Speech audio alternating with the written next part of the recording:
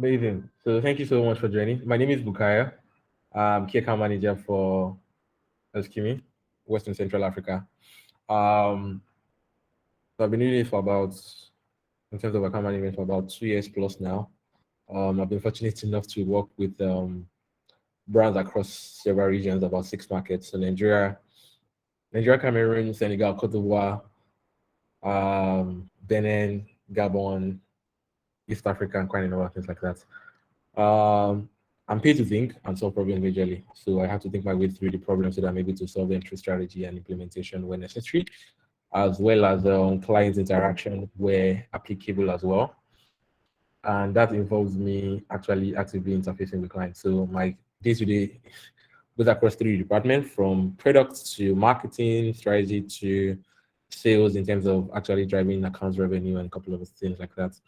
I've been fortunate to work with a couple of brands, from FMCG to tech startups to banking, traditional banking, to the likes of Kuda Bank, Binance, and quite a number to FMCGs like Coca-Cola, Indomie, Nestle Group in the whole Central and West Africa, MTN, Telco, Stelco, Orange in other parts of the continent. So Orange is in Cameroon, Senegal, and Cote d'Ivoire.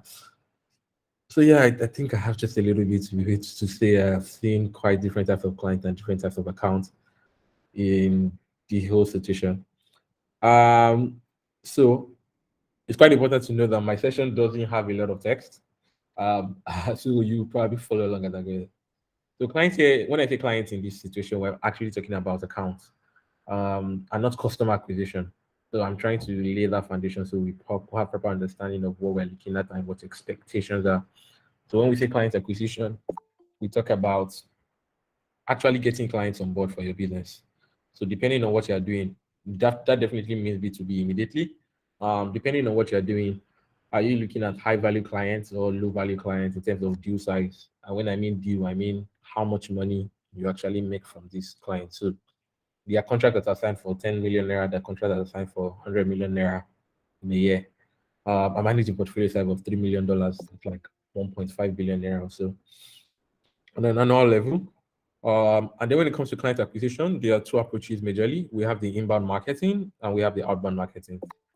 In the last session, which I said is on YouTube, IDMA was able to cover quite a number of things on inbound, because I looked at content marketing for B2B businesses in tech and quite a number of things. If you didn't attend that session, I would highly recommend that you please go to it on YouTube. So all you have to do is search DigiClan on YouTube and you'll find history of masterclasses we've done in terms of resources.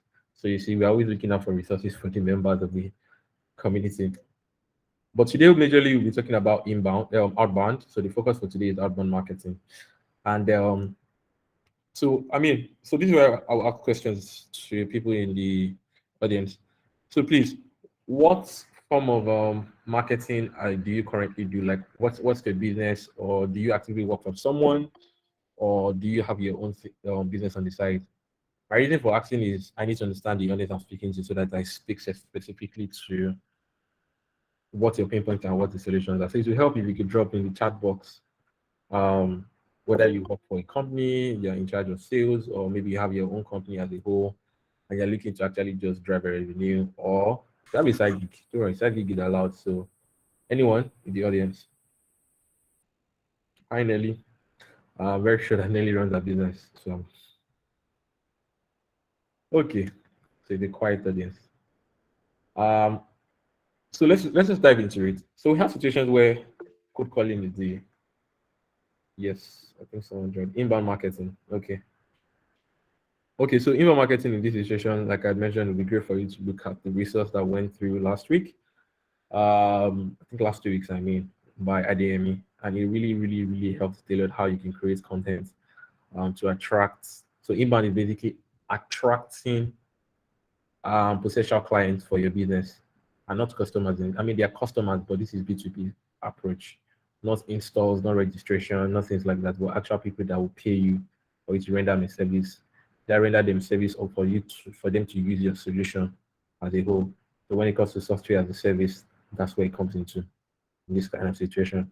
But inbound marketing is you are telling them to come. But outbound basically means you are going to them. They're not coming to you. You are going to them. So that's why you do things like outreach, LinkedIn email, sales navigator to aid, and a couple of other things like I mentioned, cold calling. So if you look at the first one when I mentioned cold calling, the cold calling is usually what we are all familiar about. So we've all received that thing when maybe like GNLD people call you or just one person calls you. There was a time the number just called me from nowhere and started selling the service to me. And my first question was, how are these people selling a service to me? I don't even know how they got my number in the first situation. So when it comes to cold calling, what we usually advise is you can set up an SDR team, depending on the amount of resources you have. If you do not have SDR team, you can use a tool called Lead Feeder. So what Lead Feeder is able to do for you is to able to get you as much what's the word? As much emails as possible. So that's cold calling, almost like cold outreach. That's what I mean. Um, Once you have that, you're able to use LinkedIn Sales Navigator, and how LinkedIn Sales Navigator can help you is you're able to segment the kind of users you actually want to reach. So I see a lot of people use Sales Navigator to actually do email. Email is basically when you send somebody a message on LinkedIn without connecting the person. You need to have a premium subscription to do that. Then LinkedIn Sales Navigator is also a paid tool, where it can help you to segment who you are trying to reach, what level they are in that company, what decision maker level are they, how long have they been in that company. So, for example, let's say your product is seriously, I really want to have the context of people in the audience. So I use examples that are very relevant to you. So please, you can share the business you run or where you work and what you do so that it will help me speak specifically um to your pain points. So let me use a software as a service sample. So for example, you're trying to market, say, a payment solution or a credit analysis to majorly software. Oh, hi, works at Tekaba. Great. So let's say I'm trying to see salesperson at Tekaba, what they majorly do. I think they majorly try to get advertisers to majorly maybe probably advertise on them in terms of Tekaba. I work with a financial brand, Grace. So who people like the sales associate or the sales manager at Tekaba or a press institute like that will be looking at is advertisers that are more likely to advertise on their website, for example. So what that then does is that you're able to use Sales Navigator to first say, okay, I want to filter by all the marketing managers as a whole. And when you then do that, you then also then choose what level. So you can choose C level. So this we'll come back to something I call this stakeholders in a typical sales cycle. That's basically that 3, 4 people that actually make a decision before they buy from you, not just one person. Just like you do at work, if you want to use a tool, you research the tool, you send it above to your manager. Your manager sees it, get approval for finance. Finance leader said they need it or not. So that's what I mean by stakeholders in a typical sales process. So what they done does is that it's a sales associate that talk about reaching out to someone using Sales Navigator, segment by say marketing managers, marketing leads, and they don't want to speak to like low level people. In fact, they can go ahead and go to someone like the CMO, so that's C level, and look at the years of experience. And once they do that, they're able to then segment how many people in this industry they're able to reach out to. So let's say the CMOs in fintech, for example, so financial technology. What that does for them is they see all the possible marketing managers in financial technology because they speak about tech products and they know that more tech products are tech people are more likely to use early adopters. Like early adopters, people read tech about a lot more. That's what I mean by early adopters. Early adopters are usually people that are more likely to use a product in the early stage of launching that product before it then goes to the mass market. That's what I mean. So those are the kind of people they want to reach out to. So cold calling, another thing is Eskimi, for example, we do have a team called an SDR team, and their major work is for them to actually cold call people for the first time. And there's a typical template for you to go through when you're doing cold calling. You need to make an introduction of yourself. You need to immediately go to how your call, the solution you have is going to benefit that person in the immediate term. You need to then, so you don't want to try and sell everything to them. So I've seen a lot of mistakes when people do it. when they call you in terms of cold calling, they try to sell you every single thing immediately. And that doesn't work. Because I don't know you. I don't trust you. You're probably just another GNLD trying to reach out to me to tell me what you do and all of that. All of that. I won't remember you. And before you do a cold call as well, it would be great for you to have a little bit of insight to who that person is. I do not support just having the phone numbers and just calling phone numbers at random. It would be great if you have the phone numbers, the email, as well as the name of the person. So you're able to start a conversation from something that is much more relevant. So for example, say they literally give a talk somewhere, you're able to start a conversation about the talk that they gave, or they literally just co-author the paper, or they launch a new product or new feature in the market with their company.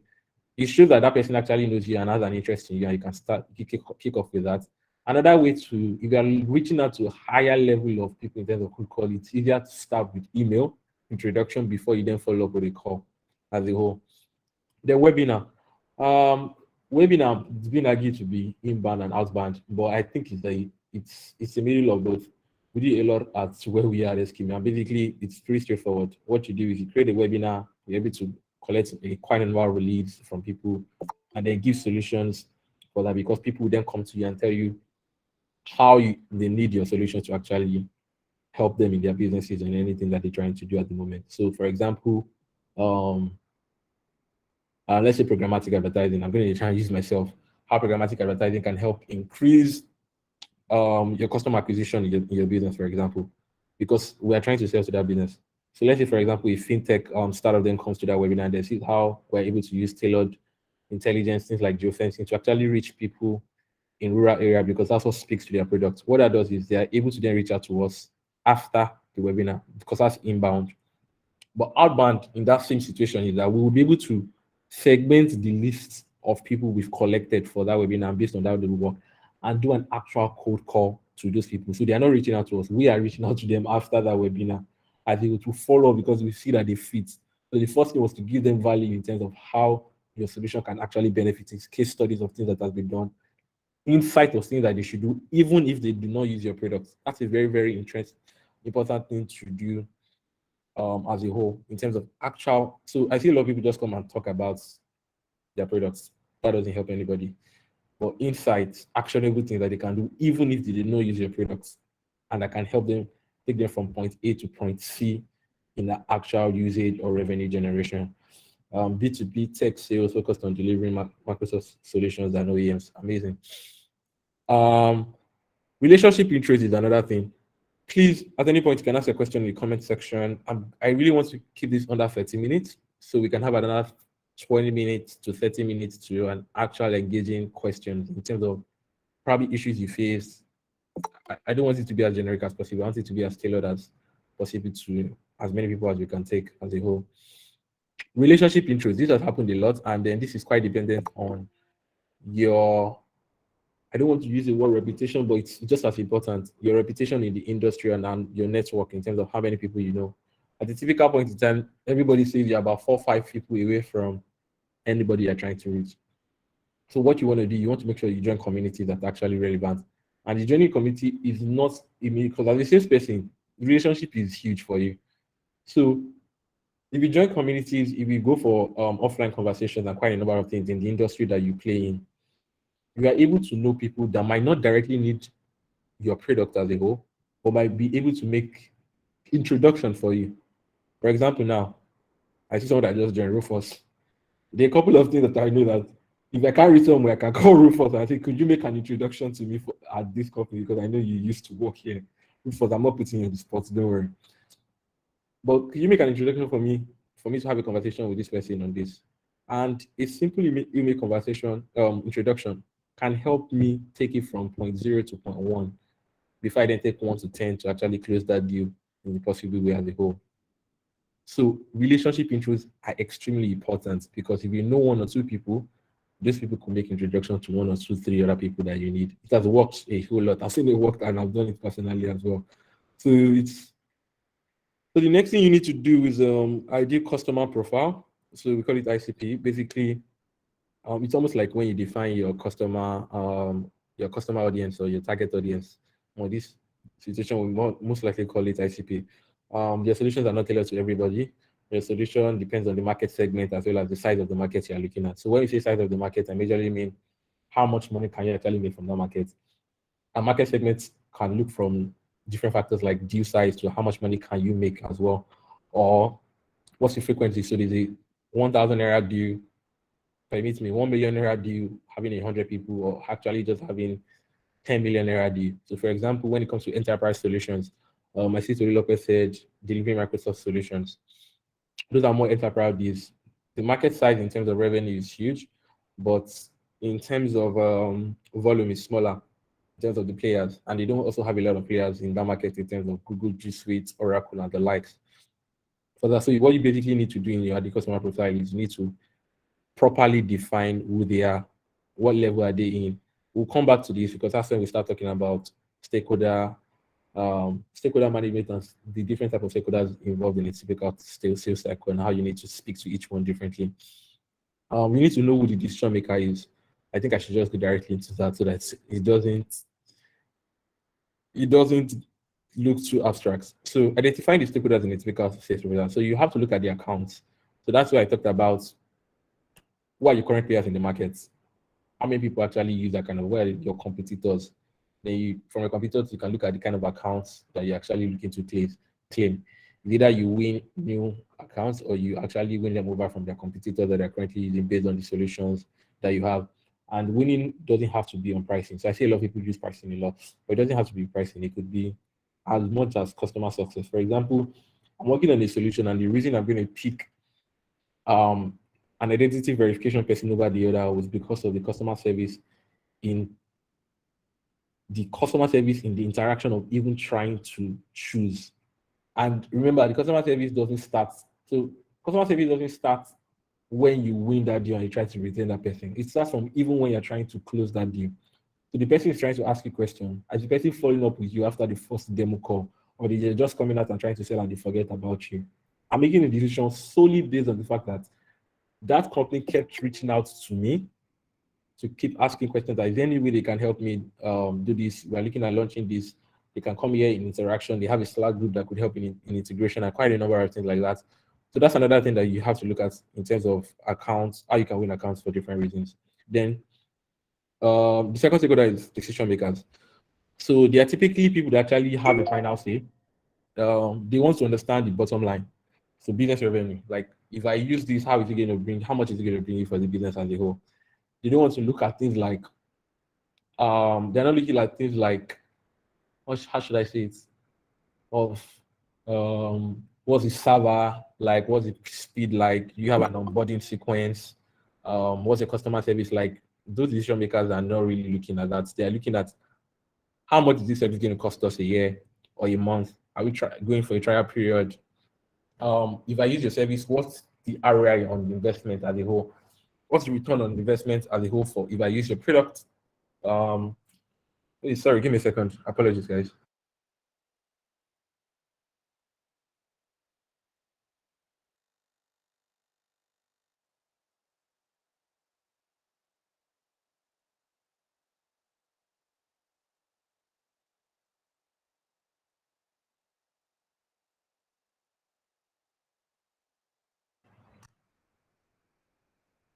Yes. Sorry. I just realized I didn't turn on my video, and I really do like to turn on my video when I'm having a webinar or something like this.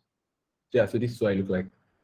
So I was talking about decision makers. So they really want to see how it affects the bottom line, because the bottom line is their focus to say, if we spend $10,000 a year on this product, is it going to generate? Is it going to increase our processes? And the benefits can be increasing processes, and you need to define how that productivity increase affects the bottom line as a whole. If I spend $10,000 on this solution, efficiency of my employees will go about 15%, and then that will be able to allow me generate about 25% increase in revenue as a whole. Those guys are going to listen to you when you talk about decision makers. Influencer guys are majorly, they fall into categories. They are either the ones that use the products or advise the products for usage. So when I say use the products, so for example, let's say you are selling, okay, let me use marketing agency. I don't want to use too many tech products here. So let's say, oh, trying to see the context in which I can have influencers come in. So let's say you are looking at driving, yeah. So as an account manager at an agency, you're speaking to the brand manager who makes the final decision by speaking to the CMO. The influencer in that situation will be the brand manager, and the account managers are the ones trying to sell to that person. So what you need to speak to that person in that particular form is you need to give them information that they'll be able to give their decision makers, which is the CMOs and the likes, for them to get sign off on you. That's number one. Number two, as the account manager, telling the influencer, which is the brand manager again, like I mentioned, would be to also speak to them about something we call how it improves their own bottom line. And when I say bottom line, their own KPIs. So they might not necessarily be looking at revenue at that point, but their KPIs in terms of how many people were they able to reach. Did they increase the market share of voice if it's an FMCG, for example, in the market? So when you speak to them in that particular way, the influencers are able to influence the decision makers. Or if for example, if you have a product in terms of an actual product for, let's say, a tech product, another thing might be talking to them about product demo, customer support service that you have, they're able to reach out to customer support about 3 times a week or at any point in time if they have any situation for those kind of influencers. Those are the things they want to hear. Those are the things that would actually convince them to say, hey, let me use this product as a whole. Then if you come to blockers, blockers are usually the finance guys. The finance guys are the guys when the influencers have signed or is being pushed to the influencers are saying, okay, let's use this product or let's use this service as a whole. The finance guys will say, why are we spending $2,000 or $10,000 on this product here? And what's it giving us as a whole? The way to identify those guys is to enhance the decision makers and influencers with possible questions that those guys will ask and answers to it. So when you've preempted those guys, you've anticipated questions that the blockers would have, potential blockers to it would have. The influencers and decision makers are able to step in at the table that you will not be able to speak at. Because the thing is, you won't be able to speak at the tables of blockers. But if you've anticipated those questions and answered them and then empowered, I don't want to use the word empower, but it's much more like sales enablement for the decision makers and influencers. They're able to take out the blockers out of the way because they have the answers to the possible questions they're going to ask as they go. I see another question. I work with a group focused agency. Our minimum spend is okay. I'll come back to that spelling. So strategy. And so I think we're going to have a session called account-based marketing. It's much more of a merge between sales and marketing as a whole. It's more of a panel discussion later in June. So look out for that. But basically, when you're going to the market, you need to look at what strategy are you going to look at as a whole. I see quite a number of people that just go and say they want to win as much possible as they could when it comes to services, except you come to actual tech products or enterprise products that you already defines the deal size to you. There's nothing you can do. But you have to decide to say, what strategy am I looking at? Am I going to get a high deal size, low volume in terms of there are only like 100 people in the market that is able to pay $25,000 every month or $25,000 every year. So the deal size is large in terms of $25,000 or $100,000, for example. Let's say $100,000 a quarter, but there might not be a lot of people that will do that. You ask yourself, is that the ICP you want to speak to? Those sales cycles are typically longer because when I say sales cycles longer, I mean before you actually close the deal, it could take 2 months, 3 months, as much as 6 months as well, depending on that size. Or you could choose mid-bid in terms of mid-size deals and mid-size volume. So they're usually around, depending on your products as well, it could be around $25,000, between $15,000 to $50,000 thereabouts. And it's not so high-end, it's not enterprise, but they also have quite a number of people in the market. So you're still able to have quite a number of deal one in terms of market share and penetration. Then we have the low deal size and high volume. The low deal size are typically people that, $2,000, $3,000, depending on your product as well again. $2,000, $3,000, but you have quite a number of them in the market, so you're able to sell a high volume of them. It's something we call in marketing, what we call low ticket, high ticket kind of thing situation in this kind of situation. So it's better you define this and how you want to go, so that you have to say no to certain things because they wouldn't worth your time and your resources as a whole. So if somebody comes to you, you're trying to speak to somebody and you realize that practically their whole revenue for the year is maybe like $100,000, you can't sell a $50,000 product or solution to them as a whole, or your marketing service is going to cost, say, maybe your retainer is like $5,000 a month, and the revenue of that business is probably $5,000 or $6,000. You need to properly identify your ICP, your ideal customer profile in that situation, and the strategy you're using to go to market to acquire them. So factors to keep in mind when you are looking at this strategy as a whole. You need to look at the deal size. I think I had mentioned that as well. You need to look at the perception of your brand and solution in the market. So if you don't have, so we have different strategy. We have market development. We have market penetration. So market development basically like what's that market development again? Market development, yeah, is basically trying to introduce your same product into a new market. So for example, the market will either be by state or by country, for example. So it's saying, I have a solution here and I want to start selling it to Cameroon as well. So it's already working in Nigeria. So the way you're looking is you want to maybe enter the Francophone market, so Senegal, Cameroon and all of that. It's still the same product, still the same solution. That's market development. If you're looking at market penetration, or it could be by state, maybe you're offering it in Lagos State and Abuja, and you're looking to go into Port Harcourt and maybe Kaduna, for example. That's market development. But when looking at market penetration, that could be another strategy to look at to say, if I'm currently in Nigeria and I have a market size of just 10%, I want to be able to own quite a bigger market share going forward as well by saying, I want to build that market share to 30%. And that will go through the first strategy we talked about. Then you need to consider perception of your brand and solution in the market. If you are fairly new, which means people don't know you, people don't know your product. I mean, don't mean you as a person now. We'll come to that. That's where repetition of sale comes. People don't know the solution you're trying to offer. Like, they actually are not familiar with it. It will take a longer time for you to actually close a deal. The sales cycle will also be a lot more different. And then the type of strategy you should look at doing in that situation should also be dependent on that. So, for example, there are quite a number of other programmatics that actually run in Nigeria, but not a lot of people know them. So let's say the likes of Adform, or I think people do know PT to some extent.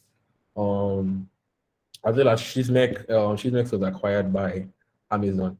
Like, you can target some Nigerian publishers with that, for example, but people are more familiar with the likes of Google and Eskimi in this part of the region.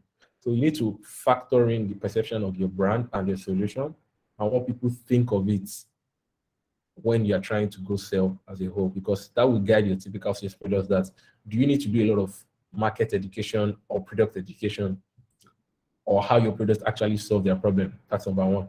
If you already have an existing relationship, most likely people have heard of you, people know what you do.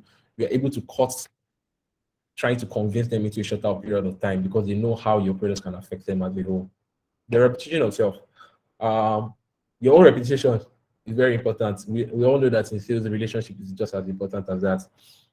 You look at your reputation, how many people know you in the industry that you're trying to play with? Do you have integrity in that industry as they go? Are people able to actually believe when you say something without going to confirm that as well? So how much more do you need to, so for example, when the reputation introduction is done for you on your behalf, what happens is the introduction made is being conferred to you. That integrity of the person is being conferred to you. So let's say, for example, I make an introduction of Kasali to Pelumi. Now, Pelumi knows me as a person. He's more likely to listen to Kasali because he knows me and he knows me as a person. That reputation of me is being extended to Kasali that I introduced to Pelumi. So that's another thing to look at in your strategy and how you want to go approach things. That do you want to go through cold calling if you don't have reputation in the industry, or there's not enough perception of your brand? Do you want to go directly with yourself, or do you want to go with somebody that probably knows somebody in that company to make an introduction to you there so that you can have conferred integrity and reputation from that person made the introduction, because it's easier to close the deal, it's easier to win the trust to actually close that deal as a whole. That's another thing to look at. Complexity of solution. I think that answers itself. Just complexity of the solution. How complex is your product, or how complex is your service? are you able to break it down to the easiest form possible to explain to the person you're trying to sell with without being too technical, or the person you're speaking to actually needs you to speak technical languages as a whole. Now I've seen a couple of things that come up. This normal account manager, there's also technical account managers, because the people you're interacting with or the thing you're trying to close is very, very important. So you need to look at your solution or your service and see that, is it very complex? Do I need to speak in a technical manner, or do I need to speak in a simple manner, depending on who you are speaking to at that stakeholder level? I think we defined stakeholder level earlier. Then importance, I see importance of solution. That's like the typo. The importance of solutions to the prospects.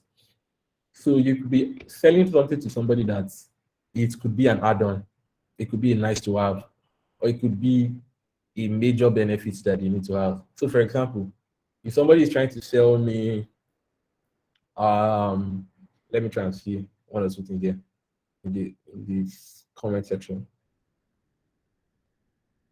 Talk about financial brands. Okay, so let's say financial brand now. Let's say, I don't know what to use. Let's say an API solution basically for the financial brand. Let's say financial brand is just an API solution that helps majorly with what kind of API illustration can I give for finance? Let's say they help majorly with trying to allow people to transfer through country. So you don't need to actually set up your own from start. So you just plug into the APIs.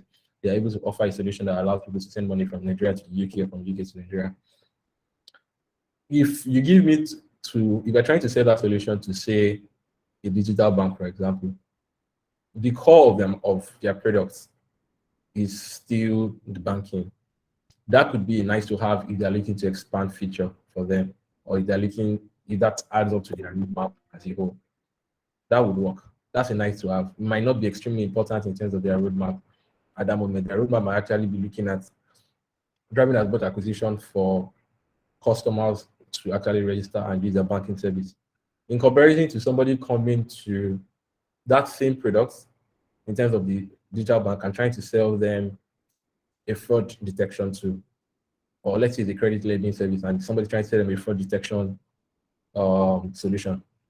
It's much more important to that person in terms of the bottom line of that business, because fraud detection helps them to take out bad identity problems, people taking loans that they didn't identify properly, so they can't collect those loan backs, or people with false identities, so they don't have to give loans to those people in a bad way, and a couple of other things, also to verify that users actually pass it through. So you need to look at the importance of the solutions to this prospect you're looking at, because that would help you determine how much time you should spend on that. We'll come to things we call tier level in terms of segmenting people into how much importance they are to you as a whole, but that's much more of account services. So automation majorly is just looking at how you can automate your sales process from having a Calendly integrated on either, it depends on how you're looking at it. If you send them, let's say an email outreach on LinkedIn, for example, it's better to put your Calendly link for them to choose, or you actually send them an email directly so that can be done. So you don't have to be there. So for example, let's say you send a message to 200 people. Imagine trying to ask 200 people through a LinkedIn reach out through email and sending multiple messages to these people and trying to ask them for, does 2 o'clock work for you? Does 3 o'clock work for you? It's going to be too cumbersome. But if you have a calendar link for you, for them to actually just go click and book a time for a demo session with you, it's easy to close that deal as a whole. Another thing is, if you find out that you use Calendly and there's no booking session is not done by that user, what you can do is you have a pre-recorded demo session yourself. You can use the tool like Loom to do the presentation almost the same way I'm doing.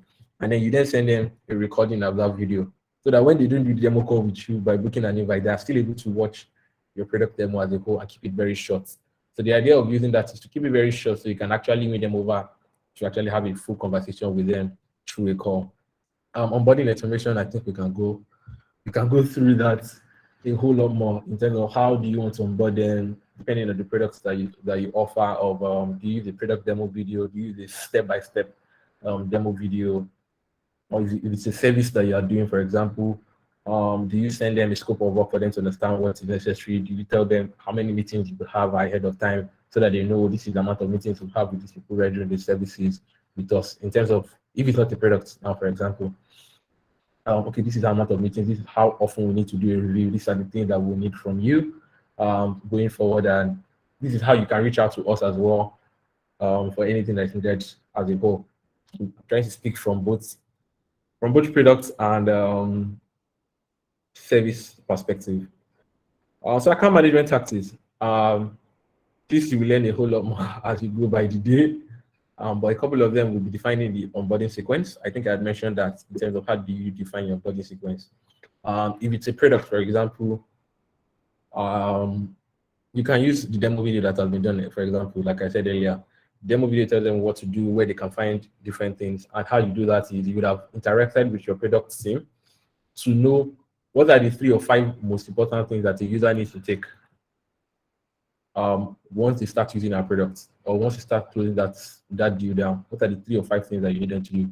You put that into your actual product demo video so that you encourage people to use that, because that can drive revenue from your business immediately if it's not a subscription-based video. If it's a subscription-based video, so they already signed up, they made payment, and they need to onboard fluently. What are the things that you need to do? Do you need to set up a call with the executioner? And when I mean the executioner, usually the influencer, the actual person that would use your product. Because what happens is, if the executioner doesn't know how to use your product efficiently, after 1 or 2 months, they probably just dump it. And then the decision maker will then come and ask them and say, oh, how beneficial has this product been to you in the last 3 months or 6 months? And you say, no, it's not useful. I've not even been using it. I don't understand. It's complex, blah, blah, blah. And then you're the other side, because you've closed the deal for 1 year or for 6 months, or maybe you close for 6 months and you think they continue to retain every month, they stop using you, and then you feel like, you have a higher churn rate from your own sales pipeline. Meanwhile, the problem was from day one when you onboarded these users. So depending on what you do, you need to make sure that your onboarding sequence and process management is very good, so that the executioner knows how to use your products and continuously use that product so that you can increase retention as a whole for that product. If it's a service, for example, now, I'm really trying to balance this. If it's a service, for example, say, nobody should call me. I can't take a call right now. Say, just a second. Sorry, I'm trying to put my laptop on Do Not Disturb.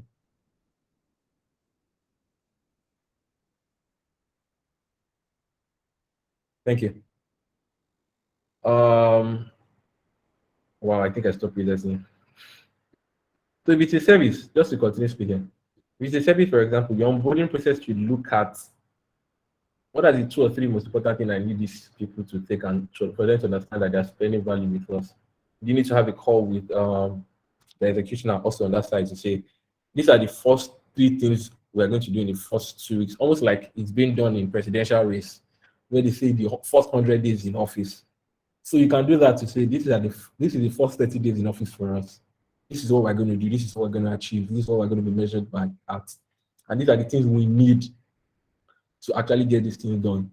This is where you will come in here. And this is how often we do these meetings on a weekly basis. They immediately know how they come into play in the service they're trying to render as a whole.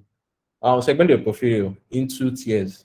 I can tell you that 80% of your time should be spent on 20% of the people that bring the most revenue, because 80% of your revenue only comes from 20% of your clients most of the time, which means like if you're making $1 million a year, $800,000 will only be brought to you by 20% of your customers.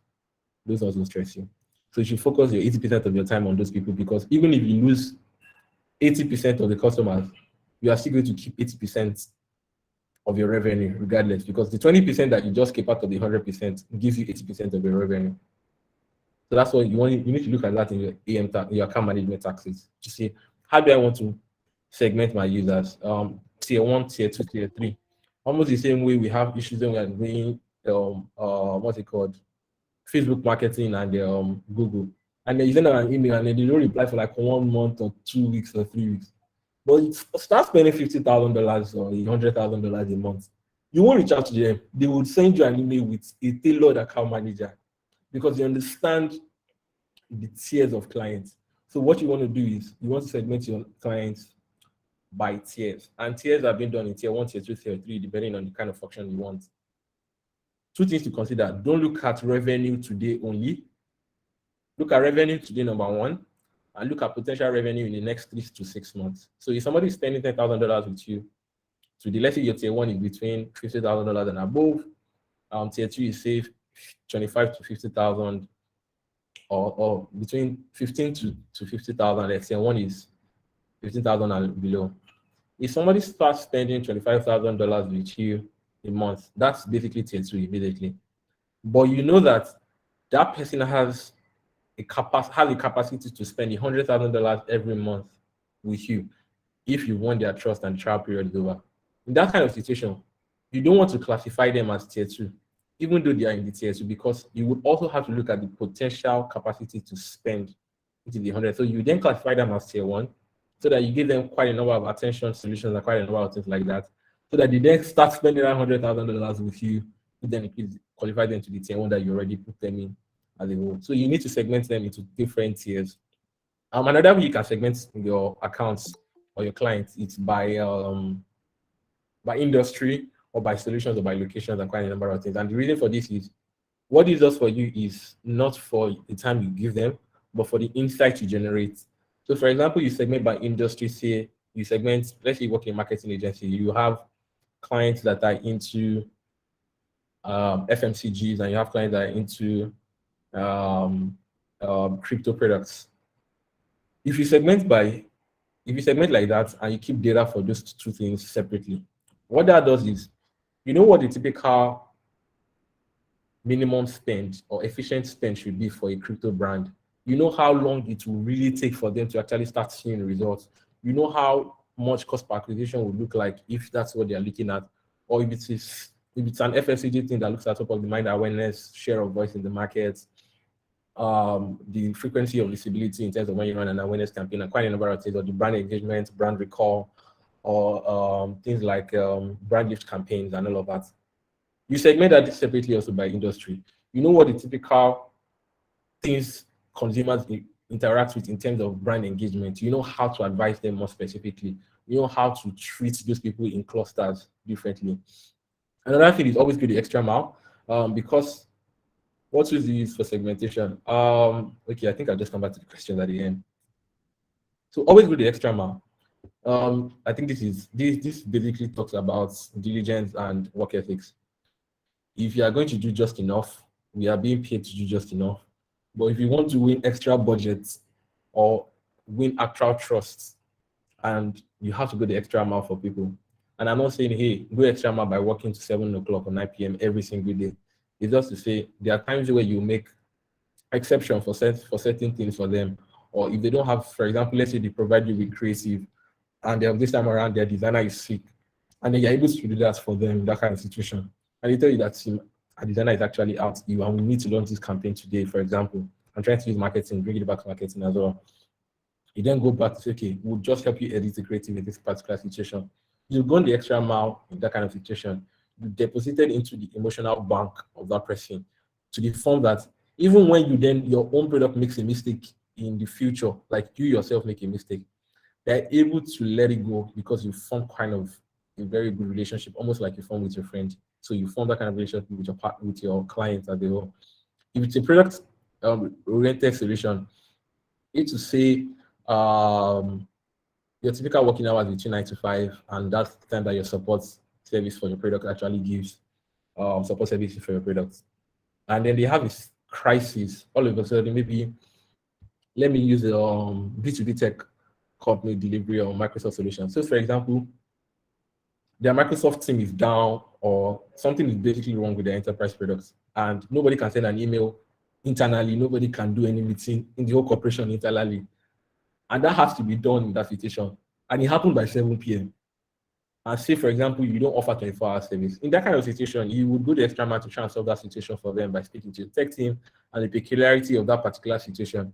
That will help you win trust and quite a number of things, as I mentioned. Another thing is being proactive, because what happens is the other side of the other side of the table, in terms of the person you're speaking to on the other side, your clients, typically has like 900 things to go through already.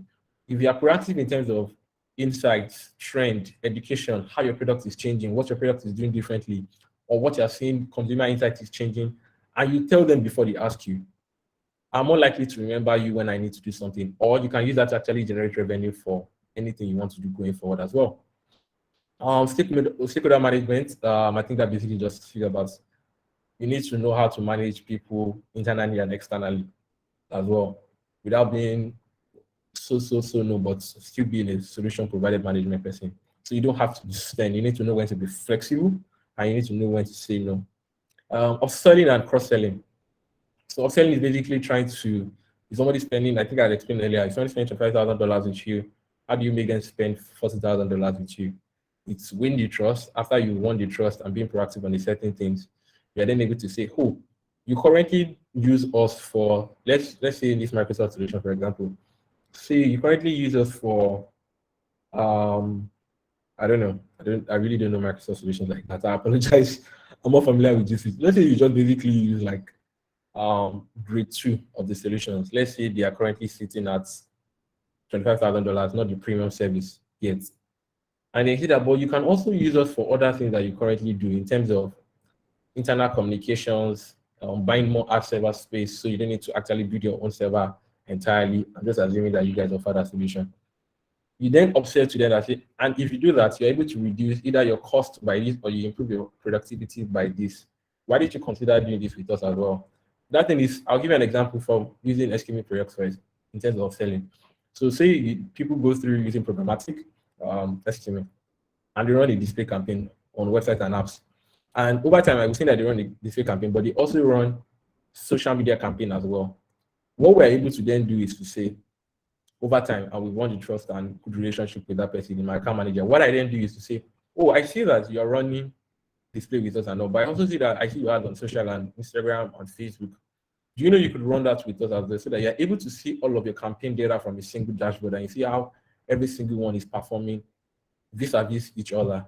And also, you don't need to start managing multiple channels as well. So, for example, maybe you're using an agency to do that. You don't need to use an agency that you pay an additional amount, or you have somebody in-house that runs that and it's already very cumbersome as a whole. Just use us, we'll do that. That person has more hours on their time. You're able to improve the productivity of that person while we take over all of that. That's another way to sell.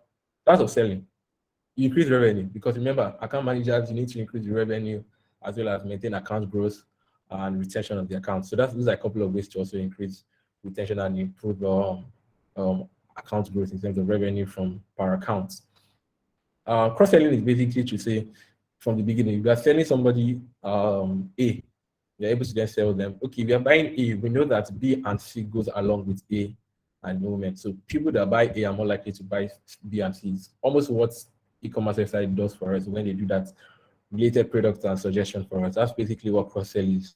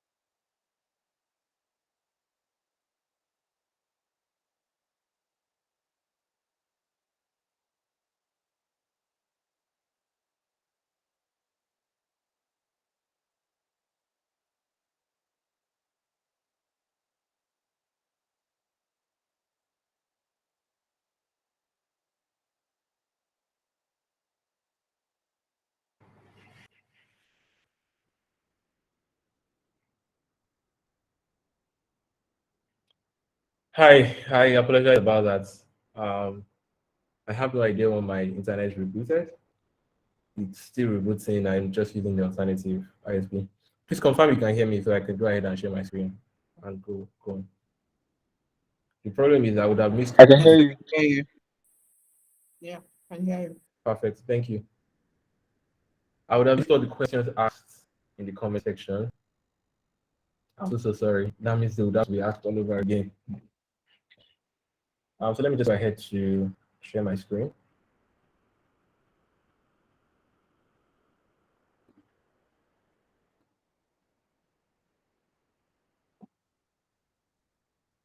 Amazing. Please confirm you can see my screen.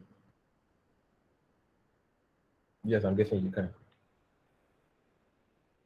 Yes. Perfect. So I was talking about say no. I hope you heard me from the say no once in a while. So basically, why I say no once in a while is to say you need to understand that you're not a yes man, number one. And your client also needs to understand that you're not a yes man. And but say no on certain things at times because people will ask you some ridiculous things at times, to be honest. But say no with an alternative. So don't just say no and stand like no. Say no, but offer an alternative while you're trying to manage so that you look like a solution-oriented person as a whole. Remember, that's what you always want to be as a person. Okay, so that's it. For me, I hope that I've covered quite a number of things on outbound sales as well as account management. So I wouldn't take questions now. I missed all of the questions that were asked in the comment section because I had to reboot. So do you mind sharing? Kwelimi, I think you shared something about group marketing agency. Do you mind asking with the mic?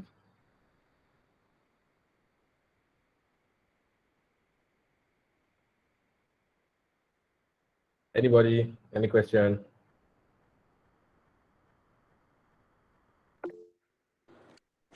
Hi, Bukayo, can you hear me? I can hear you. Hi, Kelvin. How you doing? Hey, man. I'm great. Thanks for sharing. So I was asking, what tools do you use for audience segmentation? Okay. So internally, where I work in terms of so depending on how you want to segment audience. So is it in terms of account management interaction, in terms of client service segmentation you're talking about, or are you talking about um, segmenting into clusters so that you have insights and quite a number of things? Could you answer that question first so that I understand which one I'm answering? I think it's based on revenue, because I know you sort of mentioned Okay, that. so that's the client service. Yeah. So based on the client service. So in-house, we have a tool.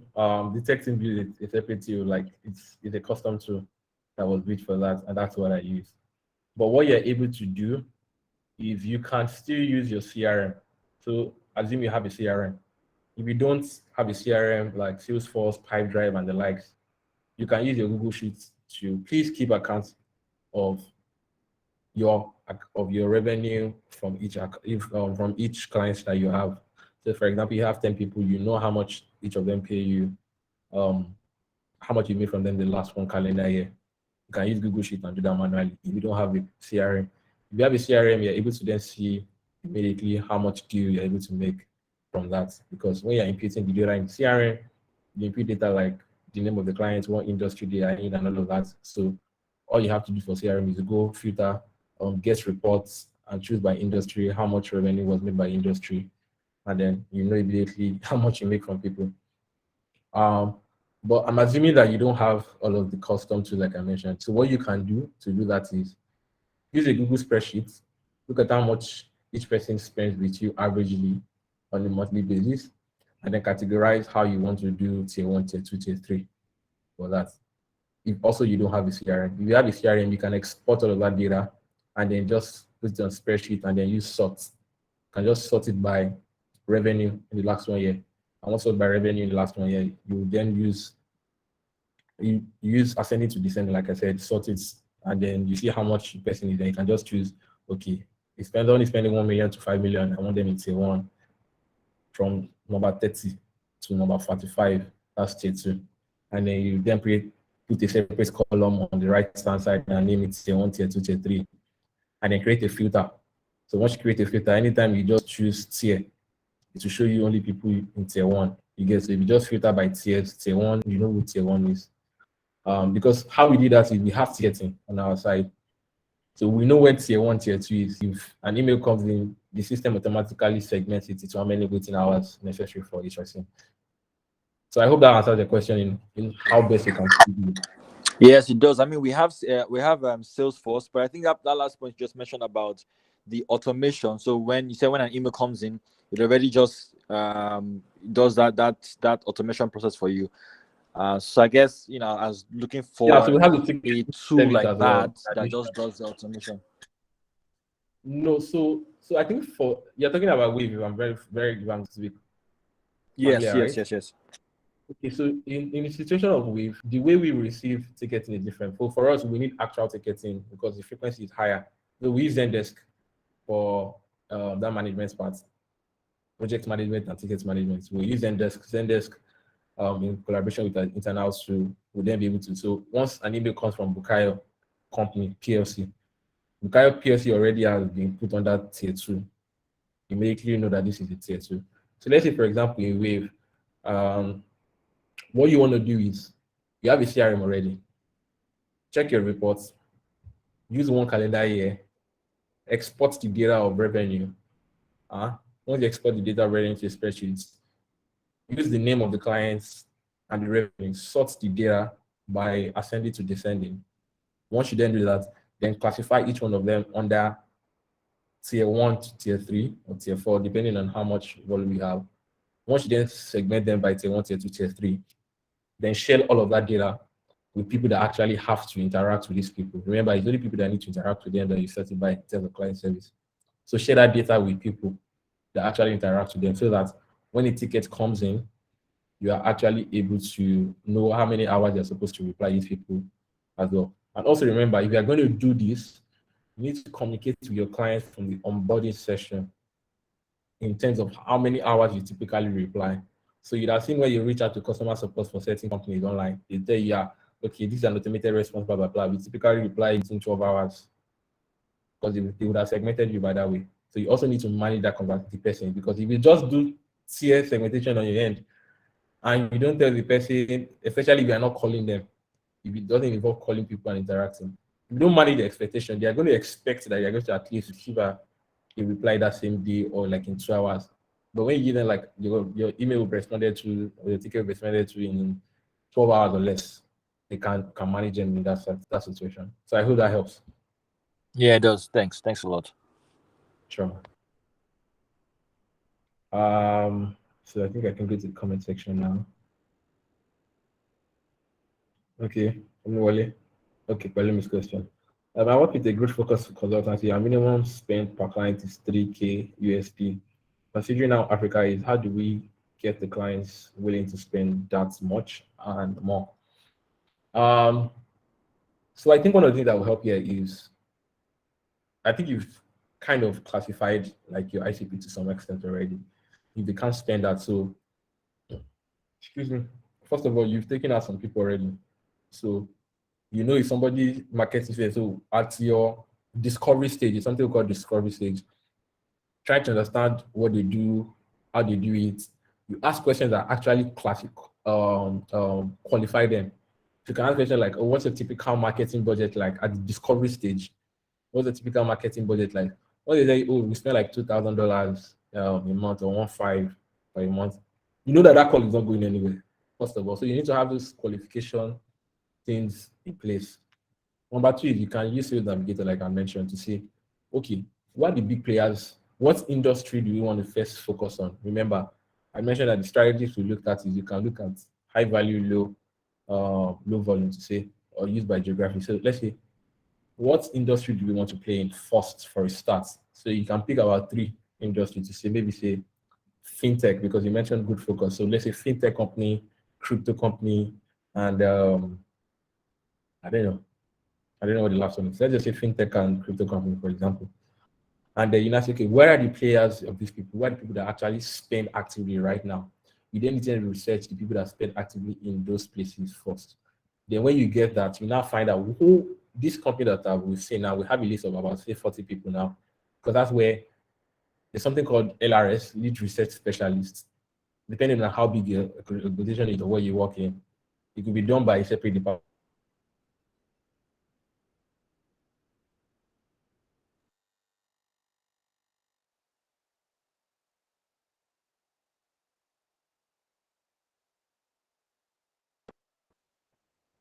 Yeah, I think you lost me for a second. I have no idea why that happened, but yeah, moving on. So you have a list of people. Please, could you respond that you confirm you can hear me? I need to be very sure. So you have a list of people of companies that you have in mind in. So let's say you have 50 on the spreadsheets in those two industries. You then try and find out, okay, who are the people I need to speak to that actually define in this company? So the decision makers and the influencers and the possible blockers. So you can then go on LinkedIn and then use the company to find out those people. So when you find out those people with Sales Navigator, excuse me, or just normal LinkedIn, what's it called? Normal LinkedIn search, you can then send them an email of your offering through using email, or maybe create a friendly conversation with them first before you try and then book a demo session with them based on your solution. And then you start from there. So you look at it, who do I need to speak to, the decision maker or the influencer? If you are speaking to the influencer, you can start interacting with the post from the decision maker, just like comment and a couple of things to make, you guys you say, who tell you to where's the floor kind of thing before it gets too stable. Sure you get. And then you possibly then build book a demo with that person, and then you then talk about your solution, and then ask questions that will qualify them, because you already know that they spend money on marketing and they'll be looking at doing that, and they're looking at growth at the moment for what they do. I hope that really helps in terms of how you can do that sales funnel from there. The next question comes to Tolu Lokwe. Hi, Tolu Lokwe. Having exhausted all acquisition tactics and strategies, at what point do you make the decision to give up on a prospect? So here's the thing, man. You really can't give up on a prospect. This thing is very funny. I learned it when I started working here. So, for example, there was this, when I joined Eskimi, there was a particular client, Indomie, they were not spending it. They were in the pipeline, but they were not running a campaign and they were not a customer. So what then happens is somebody has engaged with them in the past. The deal did not close. So it's there in the pipe drive, it's there in the CRM. You have all of the access. I joined and enough. What I did was went into the CRM, filtered by accounts that have not been interacted or run campaign or any deal. Like basically any account that has not closed deal in the last 6 months to 1 year. To try and re-engage those people in terms of upselling. So remember, those people have either been closed before and stopped, or they've never been closed, but they were once prospects basically. What then happened was that by the time I engaged that person, I then looked at Indomie and then looked at what they were currently doing, went online, did research and all of that, what they were looking to do, how our solution could help them. I then created a full proposal on that and all of that, and then had the interaction with the business development manager. And then we sent that to the person that's in the. Guess what? What happened was they actually now engaged us at that time. So 2-3 things might have happened at that point. One, the person that was the influencer or decision maker might have changed, because there are several issues. You need to remember that in things like this, in bureaucracy, it's like a friend of a friend, or rather give this person that right, rather than give you. So no prospect is lost. You need to know when to end the sales cycle or pass it on to somebody else internally, depending on your team size. So, for example, something we do also on the side is once somebody has engaged with a prospect for a while and the deal is not closing after some months, what you do is pass it to another salesperson to try engaging that person again in another method that they know. And you'll be surprised that person will close the deal for the company. So, like, there's nothing, it's not lost. I think that's the first thing. It's not lost, but you can end it for the meantime. So you can give up when you've tried every possible angle that I've done. And when I say give up, it means that don't stop engaging with that person as just engagement, but you don't have to sell to that person at that moment yet. Do you understand? So if they're not, you can just, maybe like they've not bought from you, you see them, you just send somebody you've been trying to close for the last 1 month or 2 months, you've not said anything, just send them a report that is particular to their industry. just send them an email. Oh, hi Bukayo, trust this email meets you well. I was going through this report and I found that they had quite interesting insights like X amount of people are looking to do this in the next 5 years. This is how Gen Zs are actually looking in terms of these interest points. Tolu and Nilawan, I was answering that question and left. This is how this person is interested. These are the consumers that are behaving in this kind of region. Just thought to share with you. Do have a great day. Bam. Remember, you're not trying to code to sell here, but you send them something value. By the time you then try and maybe re-engage them again in the next 3 months and say, oh, looking to follow up on this conversation, has anything changed? Is there something you're working on? How could we be? And then you'll be surprised that you've wet the floor in quotes. And the person might say, you know what, let's run a trial campaign, or let's give this guy a trial period of, say, let's subscribe for 1 month instead of an annual subscription and see how it will perform for 1 month. So I hope that answered the question. Unfortunately, she left the room. Daudu Kennedy says, my question is, when cold mailing potential clients, when do you stop sending cold mail when you don't get a response? I think can do it 3-4 times. Can send it 3-4 times. Send the first one, send the second one, send the follow-up, then send the follow-up to that follow-up. Different tactics you can use. You can start with your service. You can then say, oh, running a follow-up to my previous email. I don't know if you got it. Do you have any? Then following up, I see you didn't respond to this thing. Do you have any questions specifically that you'd have us to answer in the third email? And the fourth one can be say, oh, I think maybe you might not want this email, so this will be the last email I'll be sending to you. But this is still our service for you. If I did not get a response, I'll stop sending anyway. Thank you so much for the time, blah blah blah.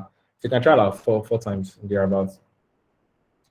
I realized that to code emails, right, you need to be sure they need your services and can be quite dicey. Yes, you need to be sure.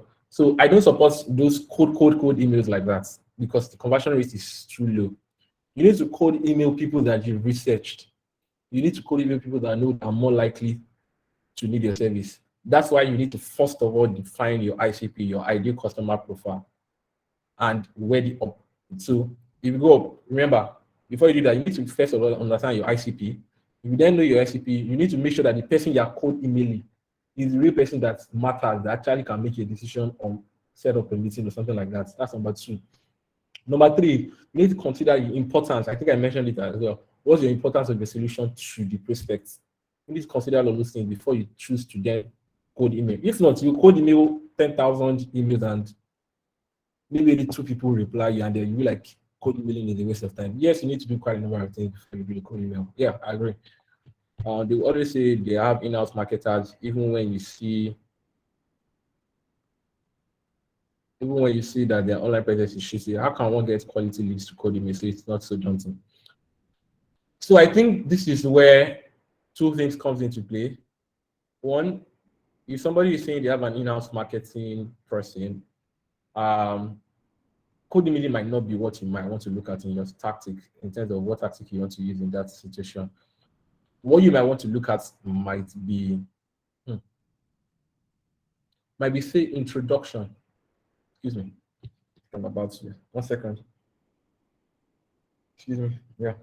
So what might want to look at there is introduction to say, let this person render this thing, or you can start off with complimenting how much they are doing and how you think they can do a couple of things better.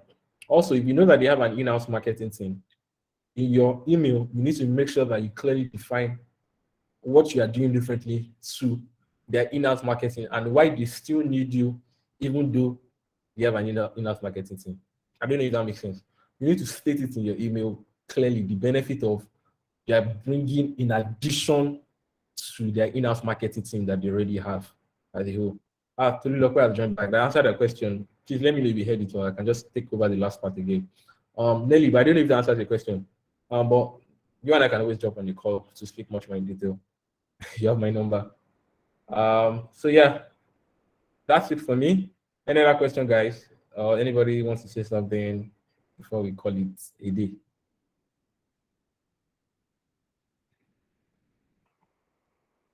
I'm guessing no. Yeah, your network go crappy. I understand. So basically, what I just said was that there's usually no such thing as ending it totally. All you need to do is just to say you can keep it in line, and then you can send them value-related reports, insights, and things like that over time. just to make sure that you're still a place of value before you re-engage them, or keep them in your CRM too, and notice if they change decision maker, for example. Sometimes it's just bureaucracy decision, not because your solution doesn't work for them, or because of preference. Some people just prefer, say, Google products like that. You get what I'm trying to say? Like, it's sentimental. It's not, there's nothing you can do about that almost every time. It's a lot harder to sell that. So it's not a no totally. It's just a thing of keep it. Maybe that person will leave, and another person will join, and then you'll be able to convince that person. Or maybe you offer value over time, like reports, insights, trends, and all of that. And then that can give you a chance for them to say, let's run a trial with these people, because you engage them again as well. That's what to do. But you need to, or also you could pass it to somebody else on your team to try and close them again. Maybe it was not successful from your angle. So yeah, that's it. That's it, guys. Thank you so much. My name is Bukayo.